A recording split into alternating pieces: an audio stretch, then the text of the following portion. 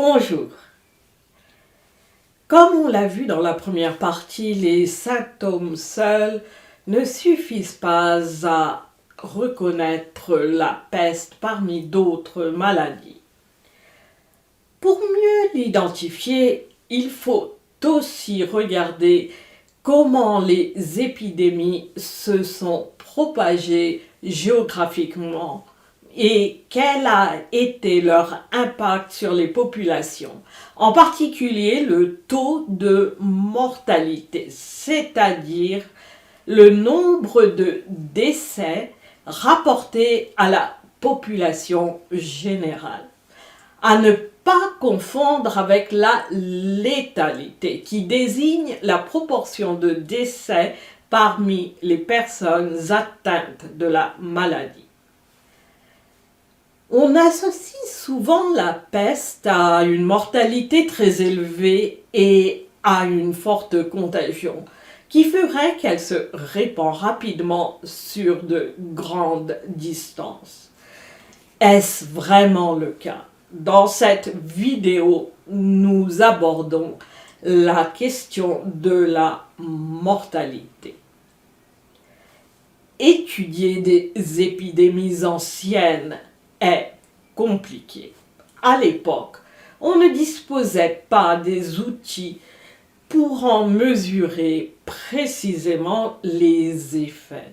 Résultat, les interprétations ultérieures peuvent parfois prêter à discussion. Selon certains historiens, on cherche trop souvent à confirmer des idées reçues, notamment d'après Merle Heisenberg, en appliquant le modèle catastrophique de la peste noire de 1347, établi par des études récentes, à d'autres épidémies. Il faut placer cette tendance dans le contexte des préoccupations modernes concernant les épidémies et le bioterrorisme, car les enquêtes sur le passé sont censées être utiles aux sociétés contemporaines pour aborder des questions similaires du présent. Notamment, comme on va le voir, cette approche encourage le catastrophisme en liant la peste justinienne au récit de la chute de Rome et de la fin de l'Antiquité, malgré un manque de preuves. Ou, au contraire, comme l'a mise en évidence Samuel Cohn en transposant l'épidémiologie de l'épisode moderne pour conclure que la mortalité au XIVe siècle, notamment en Angleterre et au Pays de Galles, était faible, alors que les descriptions qualitatives et quantitatives de l'époque ne valident pas un tel transfert d'une épidémie à une autre. Il semble donc y avoir ici une confusion entre supposition, c'est-à-dire hypothèse, et conclusion.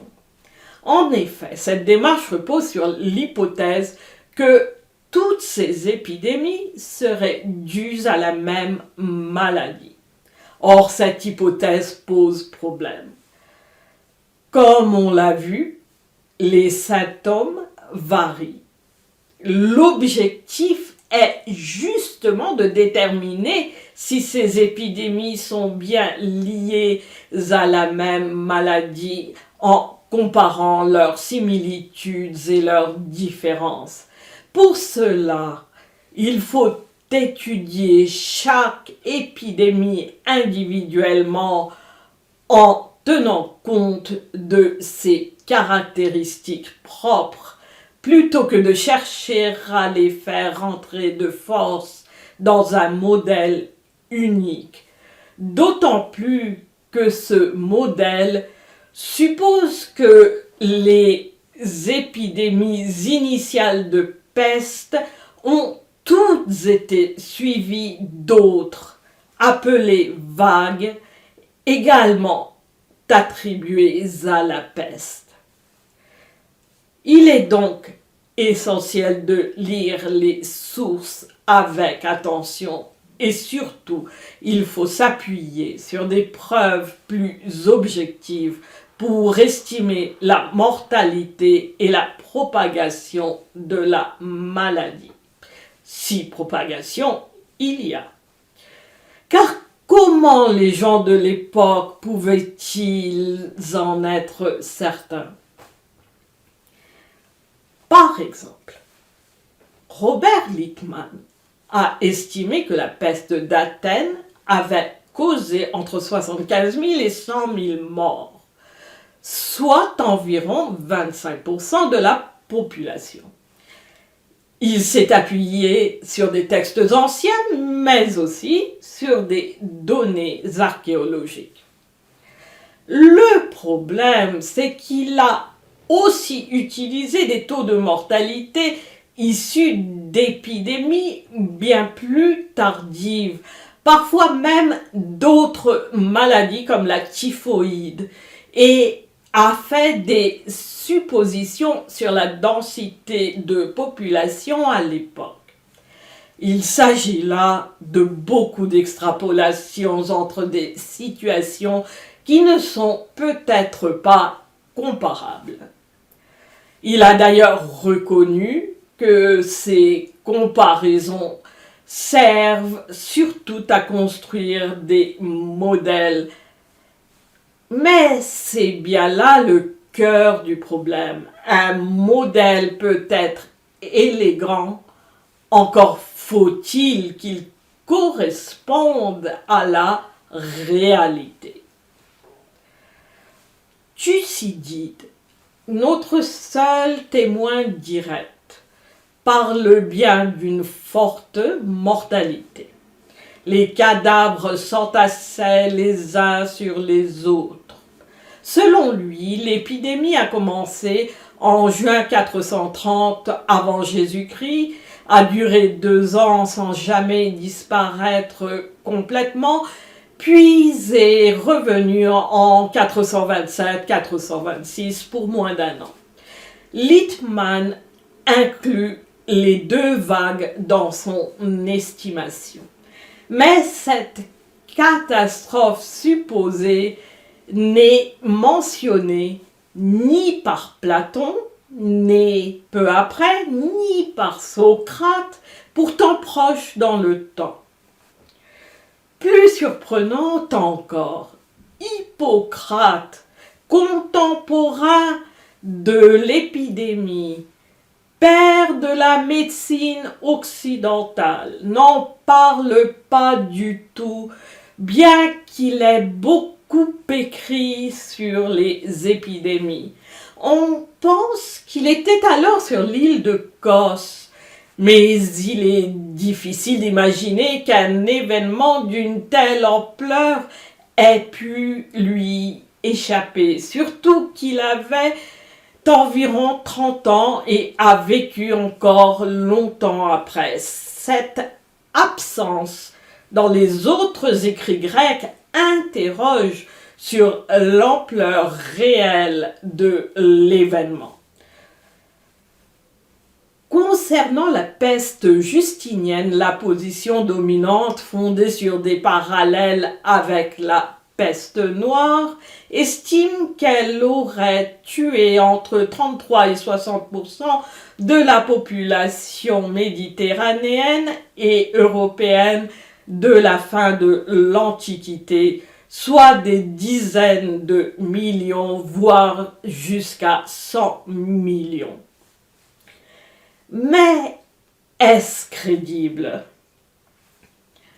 Procope, témoin de l'époque, écrit que l'épidémie a d'abord fait peu de morts, avant d'en emporter 5 000 par jour, puis 10 000 et plus. Cela semble impressionnant, mais il faut rester prudent. Le mot grec pour 10 000, myrioi, peut aussi vouloir dire une multitude ou une myriade sans plus de précision. De plus, ailleurs, Procope affirme que l'épidémie a emporté près de la moitié des survivants de catastrophes naturelles et de guerres antérieures qui avaient déjà tué presque tous les habitants dans certaines villes, ce qui suggère au contraire une mortalité assez faible. C'est d'ailleurs ce que confirment des données plus objectives. Heisenberg et ses collègues, après des recherches approfondies, concluent: nous trouvons peu de preuves que la peste justinienne ait été un événement décisif. S'il y avait eu une forte baisse de population, on devrait notamment voir un recul de l'agriculture comme la diminution du blé cultivé ou le retour de la nature sur les terres abandonnées. Cela peut se vérifier en étudiant les pollens piégés dans les couches de sédiments. Or, pour la Méditerranée orientale, Grèce, Bulgarie, Turquie, les données montrent qu'au VIe siècle, il n'y a ni pic de pollen de pin indicateur de reforestation, ni chute soudaine du pollen de céréales ou d'oliviers.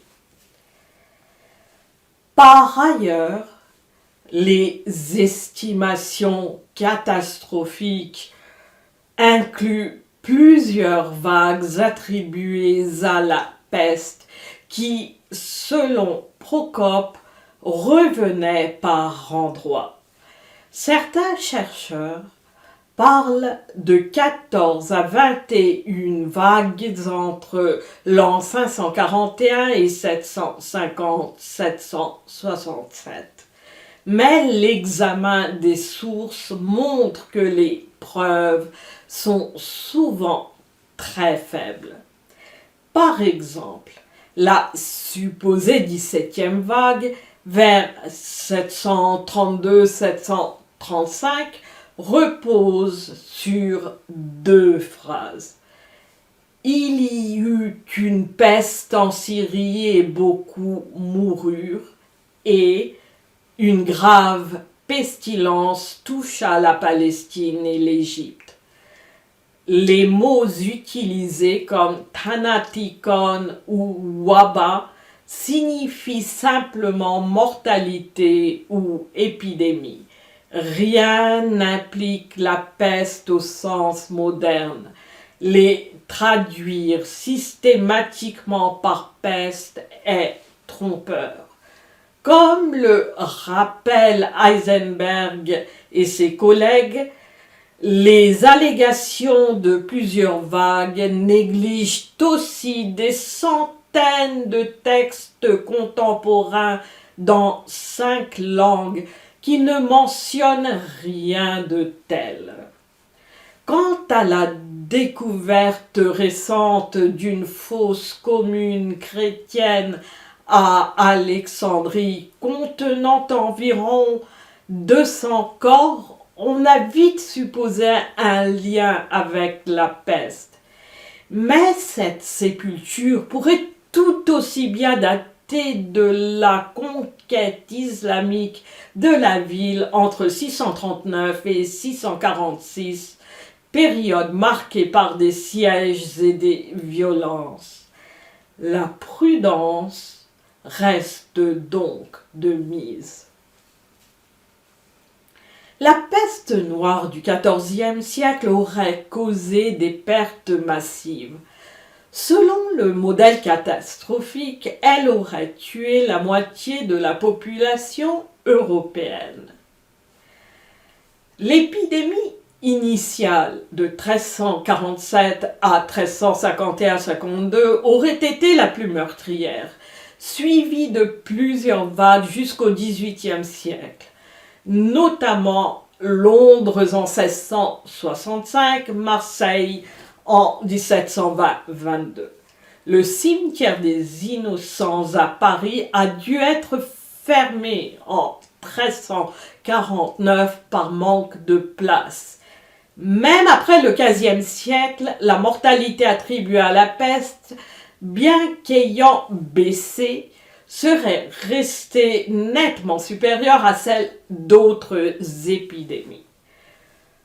Chronique, hausse des testaments pendant les crises, ainsi que des études de pollen attestent de cette mortalité exceptionnelle.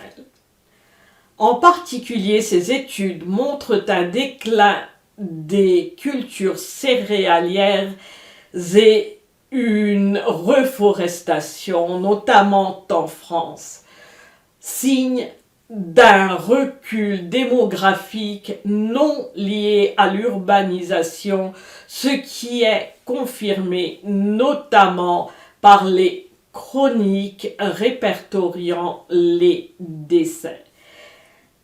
Mais les descriptions des vagues ultérieures diffèrent. Cohn souligne qu'après le XIVe siècle, il n'y a pas de description cohérente des bubons comme condition sine qua non de la peste.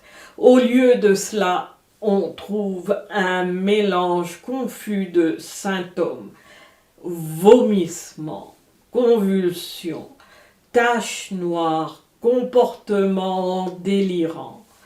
Le médecin Nathaniel Hodges, qui a soigné des patients en 1665, rapporte que certains, hurlant qu'ils brûlaient, couraient partout nus, se jetaient par les fenêtres, etc. Un tableau qui rappelle les récits de Thucydide et de Procope, marqués eux aussi par la description de la folie, un symptôme qu'on ne trouve ni dans la description actuelle de la peste, ni dans celle du XIVe siècle.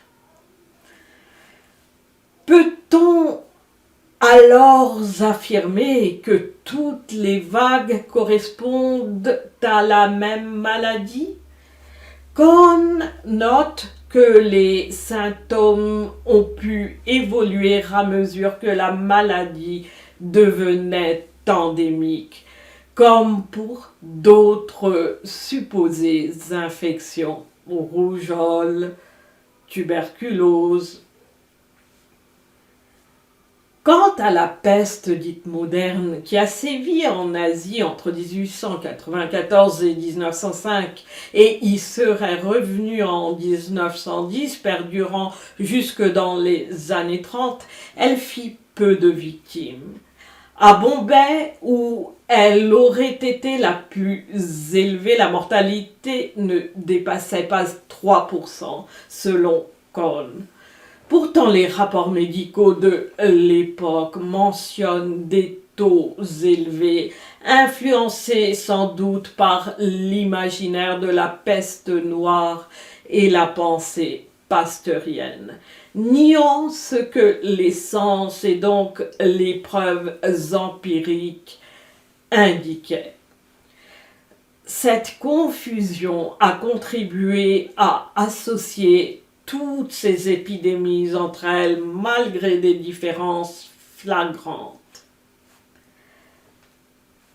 En résumé, les épidémies justiniennes et modernes semblent avoir été insignifiantes d'un point de vue de mortalité, alors que celle du Moyen Âge s'est révélée exceptionnellement meurtrière. Certains avancent que l'efficacité des traitements modernes pourrait expliquer cette différence, mais cela n'explique pas la forte baisse de la mortalité dès les premières vagues médiévales. Selon Cohn, Cette diminution rapide pourrait refléter une immunité acquise par les populations européennes, d'autant plus que la létalité aurait également chuté de manière spectaculaire. Alors qu'environ 2/3 des malades mouraient entre 1347 et 1352, ce taux serait tombé à moins d'un 20e en 1382 si on s'en réfère aux écrits de l'époque répertoriant le nombre de décès. Cette hypothèse d'une immunité croissante reste cependant sujette à débat. En effet, compte tenu des variations des symptômes décrits au fil du temps et des données de mortalité, on pourrait également penser que ces épidémies, y compris leurs vagues successives, ne sont pas causées par une seule et même maladie. Les symptômes et la mortalité ne permettent pas de trancher la question. Dans la prochaine vidéo, nous aborderons la question de la contagion. Merci.